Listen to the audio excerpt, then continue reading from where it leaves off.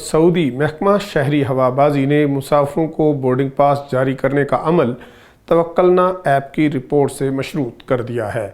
اس حوالے سے سعودی civil aviation کے ترجمان ابراہیم الروسا کا کہنا ہے کہ مسافروں کو ایئرپورٹ پر 3 مقامات پر توکلنا ایپ رپورٹ یا سٹیٹس دکھانا ہوگا۔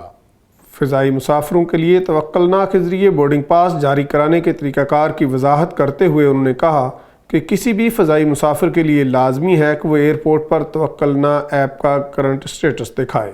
ترجمان سول ایویشن نے سعودی ٹی وی الاخباریہ سے گفتگو کرتے ہوئے مزید کہا کہ توکلنا ایپ دکھانے کے لیے پہلا گیٹ ایئرپورٹ کے ملازمین کے لیے مخصوص ہے، جبکہ دوسرا مرحلہ مسافروں کے لیے ہے جو ایئر لائن کے کاؤنٹر پر اپنا توکلنا سٹیٹس دکھا کر اس کی کنفرمیشن کے بعد بورڈنگ پاس حاصل کریں گے۔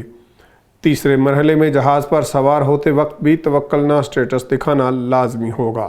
ترجمان کا مزید کہنا تھا کہ سفر کے لیے لازمی ہے کہ جن افراد کے توکلنا ایپ کے کرنٹ سٹیٹس پر محفوظ کا سٹیٹس ہو، خواہ وہ ویکسینیشن کے ذریعے ہو یا ماضی میں کورونا سے شفا یابی کے بعد محفوظ ہو، انہیں ہی سفر کرنے کی اجازت ہوگی۔